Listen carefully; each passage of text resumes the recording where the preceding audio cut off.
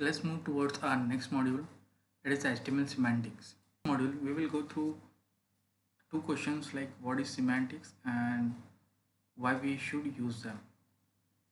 Semantic HTML or the semantic markup is a HTML that introduces a meaning to the web page rather than just presentation. For example, a p tag that indicates that enclosed text is a paragraph. This is both a semantic and presentational markup because people know what paragraph are and the browser know how to display them. On the flip side of this equation, there are some tags such as b tag and the I tag which we have gone through in the formatting element video. Like the b tag and the I tags are used for the bold and italic formatting of the text, and these are not the semantics. They define only how they should look, that is bold or italic, and they don't provide any additional meaning to the markup. Examples of the HTML tags include header tag, which goes from H1 through H6, block quotes, code tag, EM tag. There are many other semantic HTML tags to use as they used to build a standard compliant website. Questions arises why we should use the semantic HTML. The benefit of writing the semantic HTML stems from what should be driving goal of any web page, the desire to communicate. By adding the semantic tag to your document, you provide additional information about the document, which aid in communication. Especially the semantic tags make it more clear to the browser what the meaning of a page and its content is. That clarity is also communicated with search engine, ensuring that the right pages are delivered for the right queries. Semantic tags provide information about the content of those tags that goes beyond how they just look on the page. Text that is enclosed in the code tag is immediately recognized by the browser as some type of coding language. Instead of trying to render that code, the browser understands that you are using the text as an example of the code for the purpose of an article or an online tutorial. Using semantic tag gives you many more hooks for styling your content too. Perhaps today you prefer to have your code samples display in the default browser style, but tomorrow you might want to call them out with a gray background color.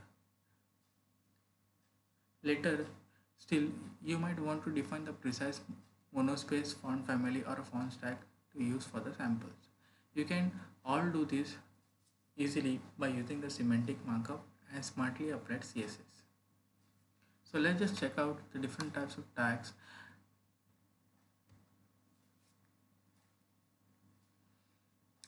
So these are the new elements which has been introduced in the HTML5.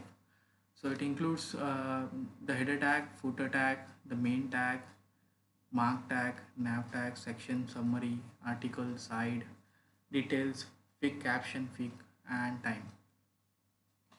So we will just go one by one with all these tags so that have a better understanding why this what this tag is and what this tag depicts to the browser.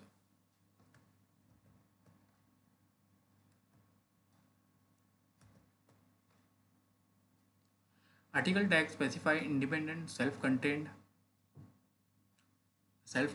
content. Article should make sense on its own and it should be possible it's distributed and it's independent. HTML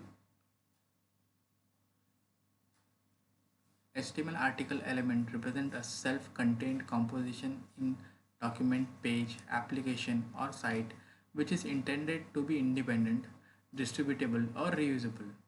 For example, include a form post, a magazine or a news article or a blog entry. Moving with the next tag, that is the aside tag. Aside tags define some content which sit aside from the content it is placed in.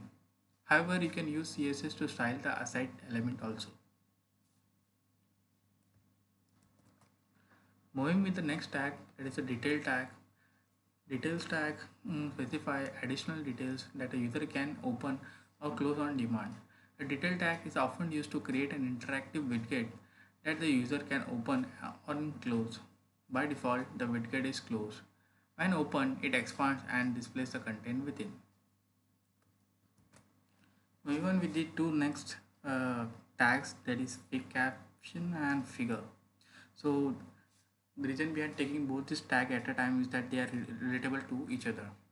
First, we will go with the fig caption. Fig captions element represent a caption or a legend for a figure. The figure element represent a unit of content optionally within a caption, optionally with a caption that is self-contained, that is typically referred as a single unit from main flow of the document, and that can be moved away from the main flow of the document without affecting the document meaning. Moving on with the next tag, that is the time tag. The time tag defines a specific time.